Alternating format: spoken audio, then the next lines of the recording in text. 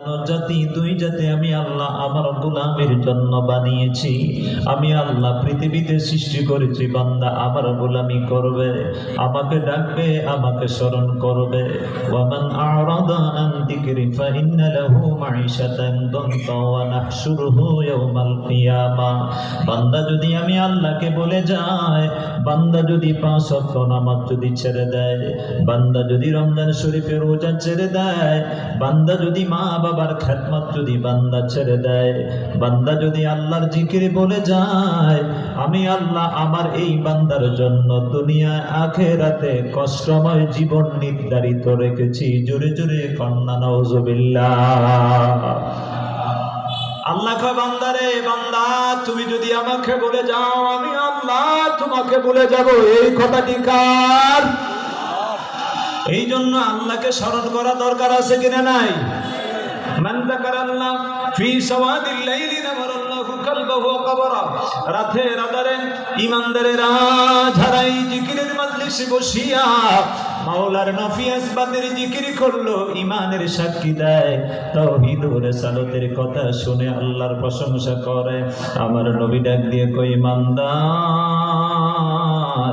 এমন একটা দিন আসবে গো, যখন তোমাকে একলা একলা করে কবরে শোয়াইয়া রাখা হবে। সবাই যখন বিদায় হয়ে যাবে, তোমাকে কবরে যখন রাইখে সবাই একলা একলা ফেলে রেখে চলে আসবে। ওই দিন এমন একটা সময় এসে যাবে রে বান্দা, এ বান্দা, আমাবস্যার রাতের চাইতে আরো ঘোর অন্ধকার। এই অন্ধকার খবরে তুমি কেমনে একলা একলা পড়ে থাকবে, যেখানে রাজার সাথে প্রজা নাই, স্বামীর সাথে স্ত্রী নাই, বন্ধুর সাথে বন্ধু নাই, বান্ধবীর সাথে বান্ধব নাই। ওই কবরে আপনি আমি কেমন করে একলা পড়ে থাকবো?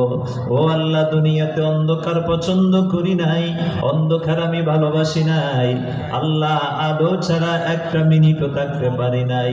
বিদ্যুৎ চলে যাবে, দ্রুত বিদ্যুৎ করে থাকার জন্য আইপিএস এর ব্যবস্থা করেছিলাম, জেনারেটরের ব্যবস্থা করেছিলাম। আল্লাহ, অন্ধকার কবরে আমি থাকতে পারবো না।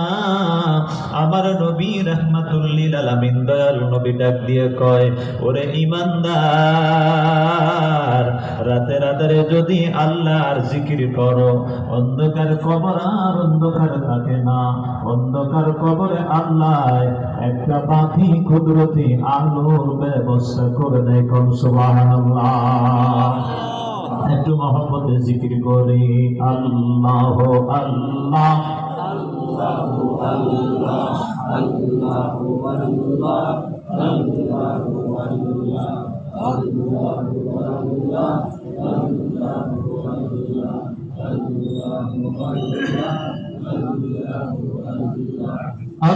আল্লাহ আল্লাহ আল্লাহ আল্লাহ আল্লাহ আল্লাহ আল্লাহ আল্লাহ আল্লাহ আল্লাহ আল্লাহ আল্লাহ লা ইলাহা ইল্লাল্লাহ মুহাম্মাদুর রাসূলুল্লাহ। এখন আপনারা বলেন, আমার বন্ধুগণ, যারা আপনি জান্নাতের বাগানে এসেছেন, এই বাগানে আমরা আসতে পেরেছি, আল্লাহ খুশি না বেজার? আমরা ভালো কাজে নিয়োজিত আছি, আল্লাহ আমাদেরকে সক্ষমতা দান করেছেন। নাখুশ হচ্ছেন, নারাজ হচ্ছেন, তিনি কে? ইবলিস। জুড়ে বলেন, তিনি কে? ইবলিস যাকে বলে আল্লাহ। আল্লাহ ওয়াইসাতিকা ইয়া রাব্বি, তোমার ইজ্জতের কসম, তোমার সম্মানের কসম করে বললাম রে আল্লাহ, লা বরাহু ইবাদাকা মা দামা তারাহু, যতক্ষণ পর্যন্ত একটি বান্দার দেহের মধ্যে প্রাণ পাখি থাকবে, রূহ থাকবে, ততক্ষণ পর্যন্ত আমি শয়তান চাই ওই বান্দাকে জাহান্নামে নিয়ে যাওয়ার জন্য। নামাজের টাইম হলে ব্যস্ততা দেখাবো, নামাজ থেকে বান্দারে ধরে নিয়ে আসবো। রমজান শরীফে রোজার সময়, রোজা রাখার সময় আসলে বান্দার স্কিন দুর্বল হয়ে যাবে, চামড়া খুসখুস ধরে ফেলবে। রোজা রাখা থেকে বান্দারে ধরে নিয়ে আসার জন্য আল্লাহ ও আমার আল্লাহ, আপনার ইজ্জতের কসম করে বললাম, বান্দার দেহে যতক্ষণ প্রাণ পাখিটা থাকবে গো, ততক্ষণ পর্যন্ত আমি ধোঁকা দিতেই থাকবো, ধোঁকা দিতেই থাকবো, যতক্ষণ না প্রাণ পাখিটা বাহিরে হয়ে যায়। আমার আল্লাহ ডাক দিয়ে কয়, রে ইবলিস, সব জেনে নে, আমি আল্লাহর মহত্বের কসম, সম্মানের কসম করে বললাম, আমার বান্দা যখন ভুল করবে, অন্যায় করবে, অপরাধ করে, আমি আল্লাহর কাছে যখন ক্ষমা চাই, আমি আল্লাহ আমার বান্দাকে ক্ষমা করতেই থাকবো। একদিন বান্দার অন্তরে এত ভয় ভীতি শুরু হয়ে যাবে, বান্দা 5 ওয়াক্ত নামাজ, 1 ওয়াক্ত নামাজ ছেড়ে দিবে না, ইচ্ছা করে বান্দায় নামাজ কাজা করবে না, মা বাবার খেদমত সেবা যত্ন বান্দা ভুলে যাবে না। তখন আমি আল্লাহ আমার বান্দাকে জামানার ওলি বানাইয়া দিব। সুবহানাল্লাহ। আমার আল্লাহ বলেন, বান্দারা লাকাদ মান্নাল্লাহু আলাল মুমিনিনা ইয বা'আথা ফীহিম রাসূলাম মিন আনফুসিহিম ইলা আখিরিল আয়া। এই আয়াতে কালিমার তাফসীর করতেছেন মুফাসসিরিন کرام তাফসীরে আরাইসুল বায়ানের মধ্যে লেখেন, আয়াতে কালিমার শান মর্ম হলো, আল্লাহ বেকার আয়না স্বরূপ হলেন নবীজি মুহাম্মদুর রাসূলুল্লাহ। জোরে জোরে কোন সুবহানাল্লাহ। আল্লাহ দেখার আয়না হচ্ছে মদিনার কামলিওয়ালা নবী, সেই নবীকে উম্মত মহব্বত করে ভালোবেসে রাসূলুল্লাহর আদর্শ যখন গ্রহণ করে, নবী কয়, উম্মত কিয়ামতের নিকটবর্তী সময়ে ইন্না ফাসাদি উম্মতি, যখন আমার উম্মতের বিপর্যয় সময় এসে যাবে, ওই টাইমে যদি আমার উম্মত একটা সুন্নতকে, আমি নবীর আদর্শকে, আমি নবীর মহব্বত, আমি নবীকে ভালোবেসে যদি সুন্নতটাকে ধরে রাখতে পারে, আল্লাহ পাকের পক্ষ থেকে তাকে 100 শহীদের মর্যাদা আমলে দিয়ে দেওয়া হবে। জোরে কোন সুবহানাল্লাহ। মান তামাসসাকা বিসুন্নতি ইনদা ফাসাদি উম্মতি ফালাহু আজরু মিয়াতে শাহিদিন। আমার নবীজি বলেন 100 জন শহীদের সওয়াব আল্লাহ তার আমলে দিয়ে দিবে। তো শুধু তাই নয়, নবীজি বলেন, উম্মত এমন একটা সময় এসে যাবে, এমন একটা সময় আখিরি জামানায় এসে যাবে, যেই মুহূর্তে রাসূলুল্লাহর আদর্শ, নবীজির সুন্নতটাকে টিকে রাখা এত কষ্ট হবে। খা কাবিদি আলাল জামরে আসসাবিরু ফীহিম, খা কাবিদি আলাল জামরে, নবীজির সুন্নতটাকে আঁকড়িয়ে ধরা এতই কষ্ট হয়, জ্বলন্ত একটা আগুনের টুকরা, জ্বলন্ত আগুনের কয়লা হাতে দিলে যেমন কষ্ট হয়, তেমন কষ্ট হবে। এই জন্য রাসূলুল্লাহর সুন্নতকে ভালোবেসে যারা, তারাই হবে ওলি আল্লাহ। জোরে কোন সুবহানাল্লাহ। আজকে দেখেন সুন্নত উঠে যাচ্ছে, কথা বলেন ঠিক কিনা? আমাদের দেশে একদল লোক বের হয়ে গেছে, মাথায় টুপি আছে, গালে টুপিতে দাড়ি আছে, মাথায় পাগড়ি আছে, ডিলা আছে, নিসক আছে, কুলুক আছে, অনেক কিছু সাথে আছে। ফরজ নামাজের পরে আবার কয় সুন্নত নাই। নাউজুবিল্লাহ বলেন। ভাই, ফরজ নামাজ ব্যতীত আর কোনো নামাজ নাই। ফরজ নামাজের পরে নামাজ আছে কিনা? নাই। ভাই, ফরজ সালাত ছাড়া আর কোনো নামাজ নাই। সুন্নতের আবার কি আমল? নফল তো করেই না।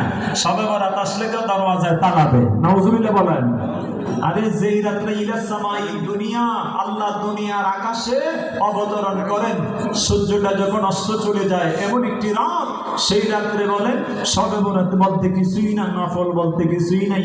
আমার নবী কয়, উম্মাত আসসাবিরু ফীহি আলা দীনিহি, ধর্মের উপরে স্থিতিবান ব্যক্তি এতই কষ্ট হবে, জ্বলন্ত আগুন হাতে রাখলে যেমন কষ্ট হয়।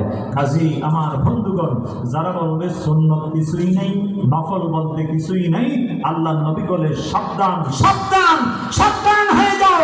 ফালা তাকুদ বাদা যিকরা মাল কওমি যালিমিন।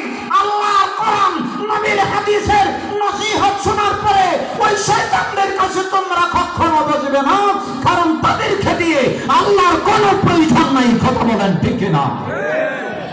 আল্লাহকে পেতে হলে কারে দরকার? আমার নবী দরকার। কথা বলেন, কারে দরকার?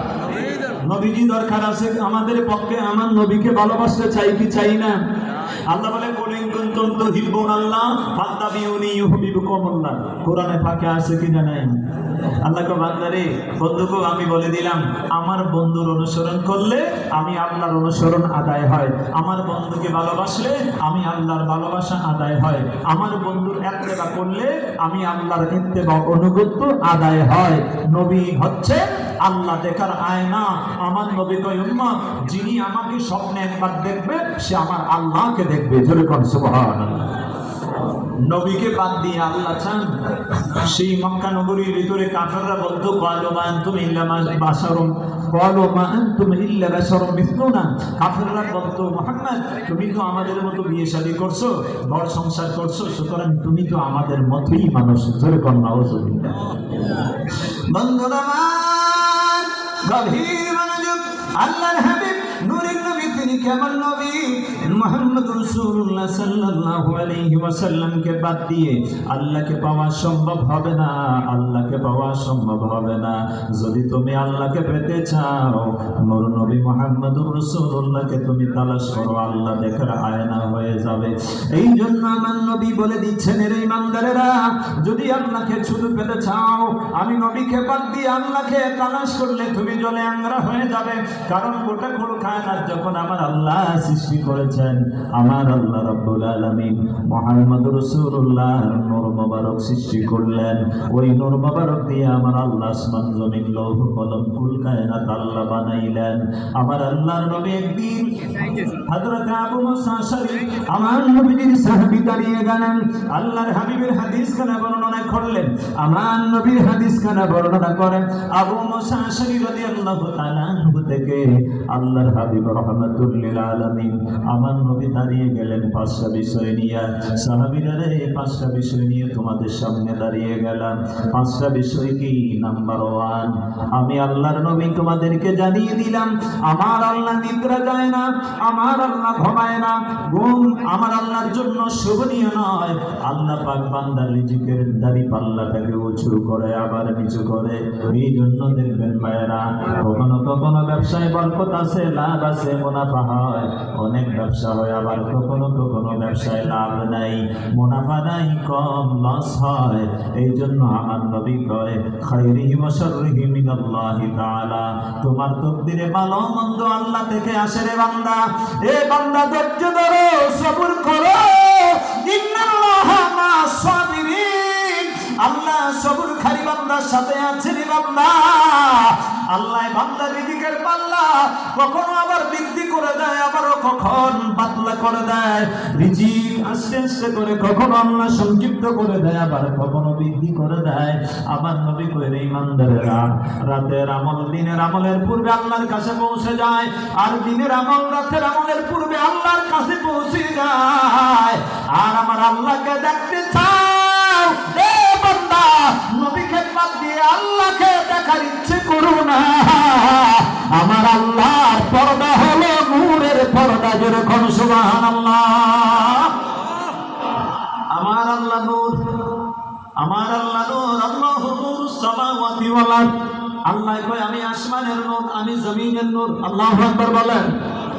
আমার নবী কয়, আমিও নূর। আপন নূর থেকে আমার আল্লাহ আমাকে বানাইছে। আল্লাহু আকবার বলেন। আমার নবী কেমন নবী? কি হয়ে আসছে? সাধারণ নবী নাকি দেখতে যদি আমাদের মতো হয়, তিনি সাধারণ মানুষ।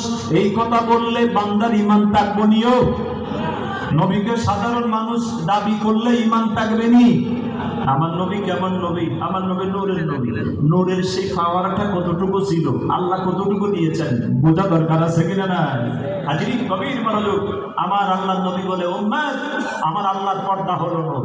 বান্দা, তুমি আল্লাহকে দেখতে চাও?